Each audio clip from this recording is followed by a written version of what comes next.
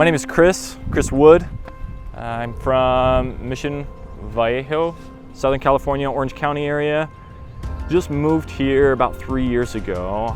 I now live in Holiday, teaching at Cottonwood Heights, and am starting Signspaces. As an introduction, I want to tell you a little bit about my origin story and why I'm interested in doing what I'm doing. I was born profoundly deaf, and as I grew up, I started reading English as my second language because my first language is sign language. And as I found words I didn't know or didn't recognize, I'd either consult a paper dictionary or talk to my parents. My parents were learning sign language as their second language because of me. And so my main resource was going to school and asking my deaf teachers what different English words meant, and they would show me in sign language. And that was the main resource that I had like my whole life. And that's what a lot of deaf folks have.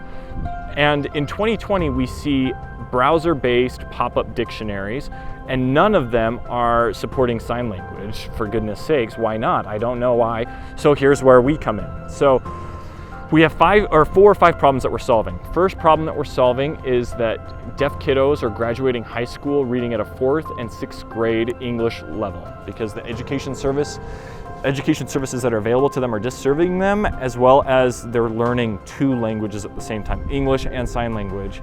And just like if you were a normal student, normal quote unquote, in America, you might take Spanish and your Spanish literacy level might be a 4th or 5th grade level, right?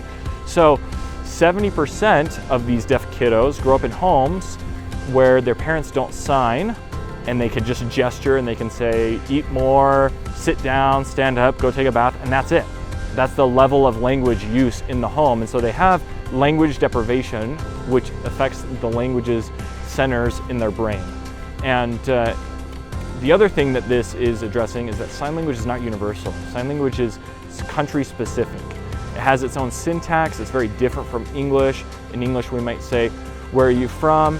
In sign language, you say, you from where? So what we have here is I've created a Chrome extension that you can enable. And what happens when you enable it is it highlights on your browser any words that are found on the page that are supported.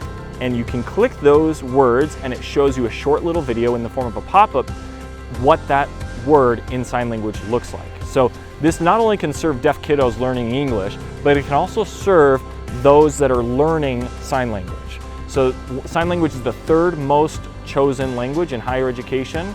It's also the 4th largest, 4th most spoken language in the United States.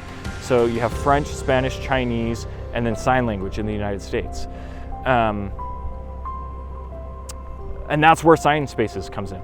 So we're giving kids access to pursue their dreams. We're giving parents earlier access to sign language, enabling higher education outcomes and the ability to go to college and play Division 1 and 2 soccer and semi-pro soccer like I did, right? My parents believed in me, and what Signspaces does is it helps people accomplish their dreams, specifically deaf kiddos and those learning sign language. So thank you for being here.